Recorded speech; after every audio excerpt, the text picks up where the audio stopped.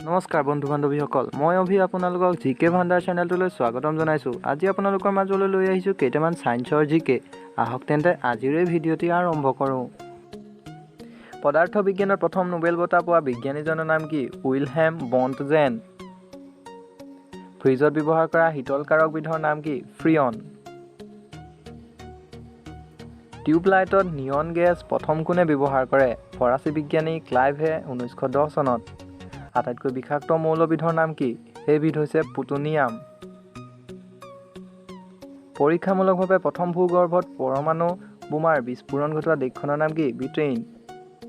আটাইতকৈ গধুৰ গেছীয় মৌলবিধ কি? সেইবিধ হৈছে ৰেডন।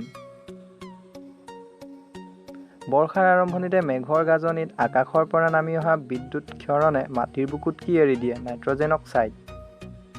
বিজুলী বাতিৰ ফিউজ তাঁৰ প্ৰস্তুত কৰিবলৈ সাধাৰণতে কি পদাৰ্থ ব্যৱহাৰ কৰা হয়? টিন আৰু সীহৰ ধাতু।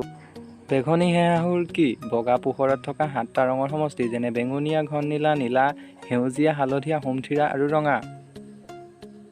অনাতাঁৰ যোগে প্ৰথম বাতৰি প্ৰেৰণ কৰা বিজ্ঞানীজনৰ নাম কি? তেওঁ হৈছে মাৰ্কনি। প্ৰথম ছপাশাল স্থাপন কৰা ব্যক্তিজন কোন? উইলিয়াম কেক্সটোন। চুম্বকে কি আকৰ্ষণ কৰে? চুম্বকে লু, নিকেল আৰু কোবাল্ট আকৰ্ষণ কৰে। ৰেফ্ৰিজাৰেটৰ কোনে কেতিয়া আৱিষ্কাৰ কৰিছিল? জেমছ হেৰিছনে 1850 চনত। পদাৰ্থ বিজ্ঞানত দুবাৰ নোবেল বঁটা লাভ কৰা বিজ্ঞানীজন কোন? তেওঁ হৈছে টমাছ ইয়ং। কি পদাৰ্থৰ ওপৰত নোমেৰে তৈয়াৰী কাপোৰ ঘঁহিলে বিদ্যুৎ উৎপন্ন হয়? এম্বাৰ। ভিডিঅ'টি কেনে লাগিলে জনাব, আৰু যদি ভাল লাগিলে লাইক, কমেণ্ট, শ্বেয়াৰ আৰু ছাবস্ক্ৰাইব কৰিবলৈ নাপাহৰিব। আকৌ লৈ আহিম কেইটামান নতুন G.K লৈ। আজিলৈ বিদায়। জয় আই অসম।